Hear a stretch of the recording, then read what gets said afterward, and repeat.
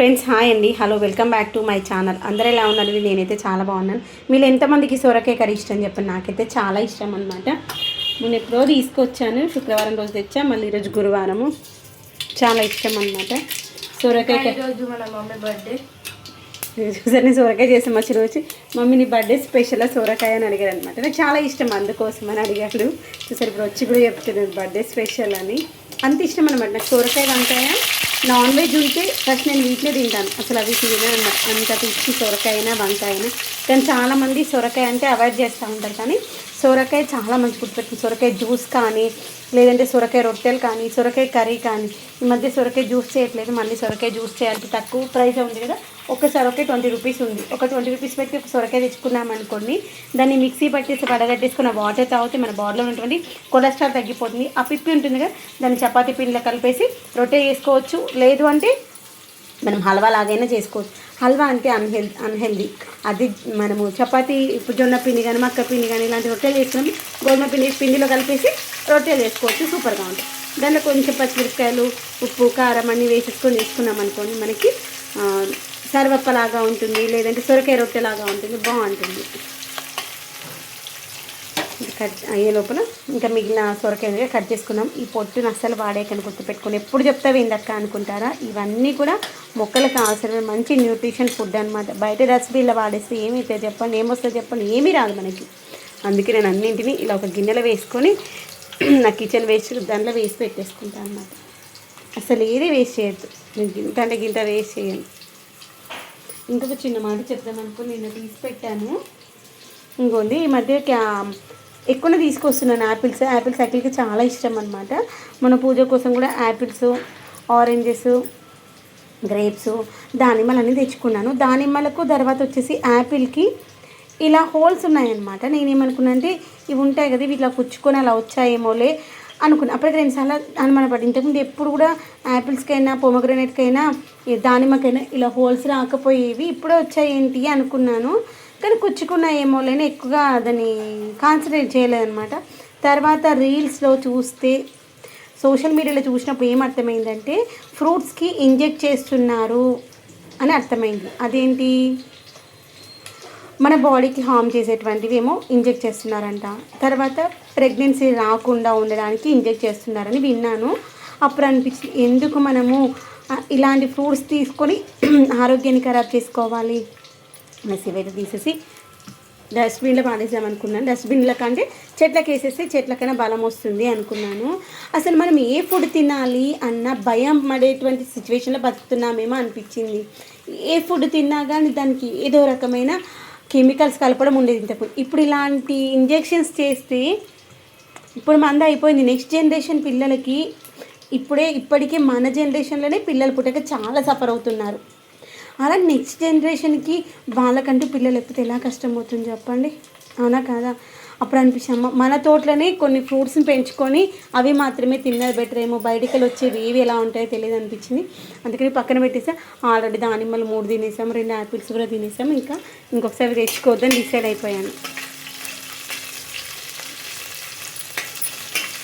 ఇదిగోండి.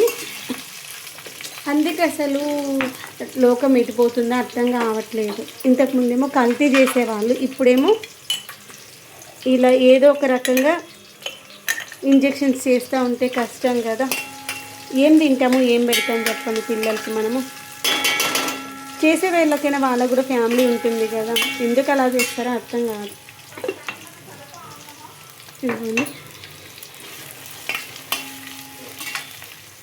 పసుపు వేసేస్తున్నా. పసుపు ఈ స్టేజ్లో వేయాలి, తర్వాత వేసే పసుపు సొరకాయకి అస్సలు అంతా గుర్తుపెట్టుకోండి. అందుకే నేను ఎట్టినది వీడియో ఒకసారి తీసి తెలియని వాళ్ళకన్నా యూజ్ అవుతుంది కదా అనిపించింది. ఇప్పుడు నేను కూడా తెలియక 3 దానిమ్మలు అన్నీ అఖిల్కి కట్ చేసి ఇచ్చాను. మేము కూడా తిన్నాము. ఫస్ట్ నేను ఒకటేమో స్నాక్స్ బాక్స్ పెట్టించి, ఎందుకంటే ఫ్రూట్స్ మంచివి కదా, జంక్ ఫుడ్ మంచిది కాదన్న ఉద్దేశంతో ఫ్రూట్స్ తీసుకొచ్చి పెడతాం పిల్లలు. ఫ్రూట్స్ పెట్టాలని ఇప్పుడు ఆలోచించాల్సిన సిచ్యువేషన్లో ఉన్నాము. ఇంకేం తింటామో ఏంటో అనిపిస్తుంది. అందుకే ఇంకా ఫ్రూట్స్ కంటే స్ప్రౌట్స్ తీసుకున్నాను అనేసి ఇదిగోండి పెసలు నానబెట్టేసాను. ఫ్రూట్స్ని అవాయిడ్ చేసి స్ప్రౌట్స్, క్యారెట్, కీరా ఇవి వేసేసుకుందాము, సలాడ్ లాగా చేసుకోవచ్చు అనేసి. ఇవన్నీ కూడా వేసేసి ఆయంత ముక్క కూడా కట్ చేస్తాం. మూత పెట్టేసి చిన్న మంట పైన పెట్టి మంచి మగ్గనిద్దాం. ఇదిగోండి ఈ సొరకాయనైతే ఇలా కొంచెం వాటర్ రిలీజ్ అవుతుంది కదా, ఈ వాటర్ రిలీజ్ అయ్యే టైంలో దీంట్లో మనకు రుచికి తగినంత పచ్చిమిర్చి కొత్తిమీర వేసేసుకొని ఫైనల్గా దించే ముందు కొంచెం మిరియాల పౌడర్ చల్లుకుందాము. బాగుంటుంది, కమ్మదనం ఉంటుంది.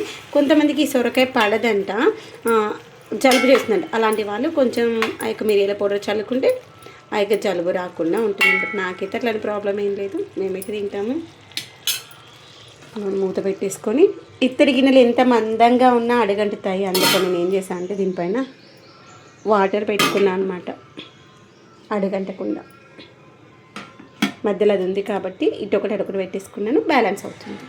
ఇంకొన్ని వేడి నీళ్ళు తాగలేదు ఇంకా, రోజుకి అస్సలు లేటుగా లేవడం అయింది. అత్తలు స్కూల్కి వెళ్ళిపోయాడు. ఇప్పుడే ఇటు వంట చేస్తూ ఇలా మూతలో స్పూన్ పెట్టుకున్నాం అనుకుని నీట్గా ఉంటుంది. ఇలా కొంచెం చల్లనీళ్ళు మిక్స్ చేసుకొని బాగా వేడేనే తేనె నిమ్మకాయ వేసుకొని తాగుదాము. ఇంకా మన పని అయిపోయేసరికి 11, 12 అవుతుంది. అప్పటి వరకు ఆకలి కూడా ఏం కాదు. అన్నీ వేసాను, ఇంకా అయిపోయింది అనుకున్నాను. వేడి నీళ్ళు తాగుదామనేసి తేనె వేసుకుంటే గుర్తుకొచ్చింది. అన్నీ వేసి చూడు, నన్ను వేసి చూడు అనేటువంటి ఉప్పును మర్చిపోయానేంటి, ఇన్ని వేసినా ఈ ఉప్పు లేకపోతే దానికి రుచే లేదు కదా అని గుర్తొచ్చింది. అంతే కదా, ఉప్పు లేకపోతే మనం ఎన్ని వేసిన రుచికి, వాసనకి, కలర్కి వేస్ట్.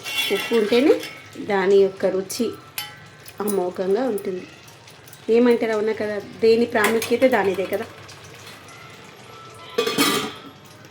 మంచి మసలడం స్టార్ట్ అయింది. కొత్తిమీర వేసేసుకున్నాము. ఎక్కువ వేసినా బాగుంటుంది. ఒకవేళ కొత్తిమీర వేసే వాళ్ళైతే ప్రాబ్లం ఏమి ఉండదు, ఎందుకంటే మంచిగా మసలేసి దాంట్లో ఉన్నటువంటి లక్షణాలు అనేవి మనకి వాటర్లోకి వచ్చేస్తే కదా చార్లకి ప్రాబ్లం ఉంది. ఇంతకుముందు అనుకున్న అబ్బా కరివేపాకు తీసేస్తారు, కొత్తిమీర తీసేస్తారు అన్నప్పుడు ఏం ప్రాబ్లం లేదు. దాంట్లో ఉండేటువంటివన్నీ కూడా కర్రీలోకి వచ్చేస్తాయి కదా ఉడికినప్పుడు. ఇత్తడి గిన్నెలు ఎంత మందంగా ఉన్నా కానీ అడగలుగుతూ ఉంటాయి. చెక్ చేసుకుంటూ ఉండాలి. గిన్నె మందంగానే ఉంది కదా, అడగలుగుతుందన్న ధీమాతో అస్సలు ఉండదు.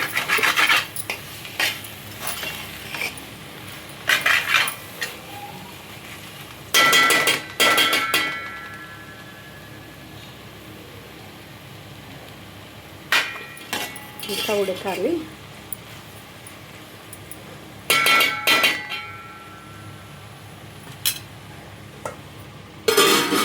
చారు అయితే టేస్ట్ చూశాను, సాల్ట్ కారం 2 సరిపోయాయి. మంచిగా మరగనిద్దాము. పొయ్యి మీద అన్నం కూడా పెట్టేసిన, అన్నం కూడా అవుతా ఉంది. దీని మీద మూత వేరే దీనిపైన ఉంది, అది తీసేసి మార్చేయాలి.